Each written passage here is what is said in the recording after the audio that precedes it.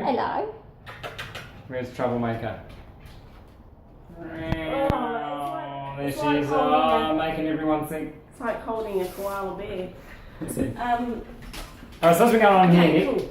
So this room I have spent since Monday flat out patching, Sanding, patching, sanding. patching, sanding, and basically making plaster stick to virtually nothing. This room had a heap of water damage. They replaced the roof thankfully before we bought it, but this room copped it. So, and they didn't fix it. It was just left this way, so it was gross. No, hardly any corners. There was a huge triangle missing out of that cornice in the corner. Virtually the whole big triangle part of it had gone. A lot of render and paint had come off, and you could see all the streak marks and the dirt, and basically, yeah, I've been working on that. And not forgetting the fan hole as well. There was a fan hole over there. So I've just got one. So I've patched that and come over, and I've just put a little skim coat over. You know, there's those little scratches you get with spat filler, like little cat faces. So I just sand them off, and I said it's my last coat. So I've patched that. And yeah, with the up in there, up with the face, up in there. Hello. Oh, hello there. I'm trying to follow you around. Where the cornice was basically missing, and I just didn't know what to do. But I've used these little patches, and they're metal there. So I bent it just to mimic the shape of the cornice, and then I bent this little bottom here. I bent that back Bottom.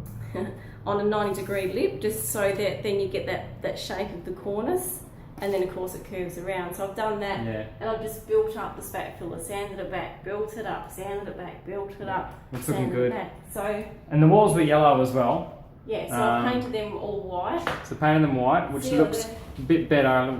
Don't mind our mess with all of our gear there, but especially behind the tiles and everything, it's kind of... So it's freshened it up. It's a lot better. The ceiling it's had one coat, but it's probably the worst ceiling in the building, to be honest. I mean, it's just... Oh, I don't know. We've got that other room.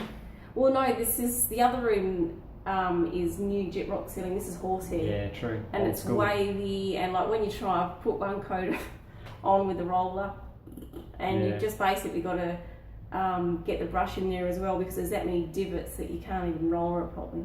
Anyway. So I've still got the all the jarrah here. Is going to get painted. I'll bring it down low, see if we can get that in the light. There we go. Yeah, I've got to sand this back. That's builder's bog, because for whatever reason there was this huge chunk out of it missing, which was basically the premise of why I'm going to paint the whole lot white rather than keep it jarrah. Just because there were so many bits that had been chiselled out, and it was just shit. So freshen them up with a coat of white enamel. So that's done. And then that'll be this room pretty close to getting done. We've also got a custom bench being made for in there. Yeah, I'm going to do, like the bathroom, a steel bench. Yes. But instead of having steel on the top, I'm going to make a pallet thingy, in there. All right, and you may have seen on some other videos where I was knocking through the wall, so that's still gone. But in the bathroom, it's been a very sort of similar story to Nikki, what she was saying. You know, there's just been a lot of little stuff going on that's just been annoying. But so basically, we've chipped all the tiles off inside and removed all the tiles off the floor. The old basin was kind of over here somewhere.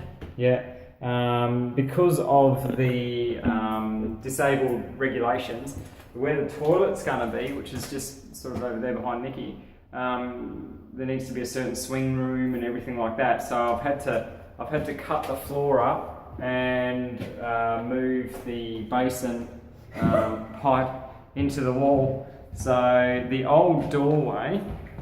This was the old doorway. Yeah. Which is now going to get closed up because it just didn't meet the regulations. So we've had to move the vanity. So the vanity is now going to be in this area here. So you can see that Dale's already put the 40mm waste in. Yep. So we've just got to frame this out, sheet it with some villa board, and That'll be rocking. that's good to go. But still got a lot of prep to do for the Tyler, which we haven't had him in yet to have a look and tell me exactly what he needs, but I know there's some obvious things that need to be done. Yeah, and we've ordered doors, which is great, so disabled access door for that. We've ordered another external door as well, which is pretty exciting. And we've had And we've had some openings. Yay, openings. Yay. Look at that. Now you can see right through like a big old tunnel. It's like one of those mirrors that just keeps going. Yeah. So we had the builder come in and he's opened that up to a 1.8. Yep. So we've got a nice strong lintel in there, so nothing collapses. And then he's come through and done the same thing in this room. yeah. So now you can just walk through. Now you can walk on through into this room, which it's all dark at the moment. We've got no power down this end. No lights, I should say. Whoa! Look at that. Let there be light. Look at that. So that's looking back Where we towards were. the other way where we were. So it's nice to have it open. It is. And just doing these double doorways was a really good compromise to get a better flow and open it up. Yeah. Without removing, if we were removed, in particular this wall, because it's a firewall, because this used to be a separate unit, So it's double. so you can see. That's the original old brick. It was just going to be the biggest, most expensive job out. Yeah. I think it was going to cost us about probably upwards of $10,000 to do that. So that's when we thought, well, double doorways is still going to open it up, and it cost us $3,000. So yeah. And that's not just these openings though. That's also including our front door because that needs to be opened up as well for disabled. So I think just for these double door openings ended up only being probably 2.5. Yeah, about 2.5 thousand. So that was a hell of a lot of money saved there just by doing that. Plus, we don't have to patch the ceiling, put new, you know, like when you take out a wall, you know, you've got to patch ceilings, and then there's always a drop between one room to the next with ceilings. You don't realise it until you've done it before, and then, you know, if you're not good at patching it, you just got to get someone in to do it, or you got to replace the whole ceiling. And the expense just goes up and, up. It's just like a ripple effect. So this is, that's it. I think this is a good compromise, and the guy that did it done a good job. I mean, there's no cracks up above it. Like, he's done a really neat job. So he's even in behind. He's put mud.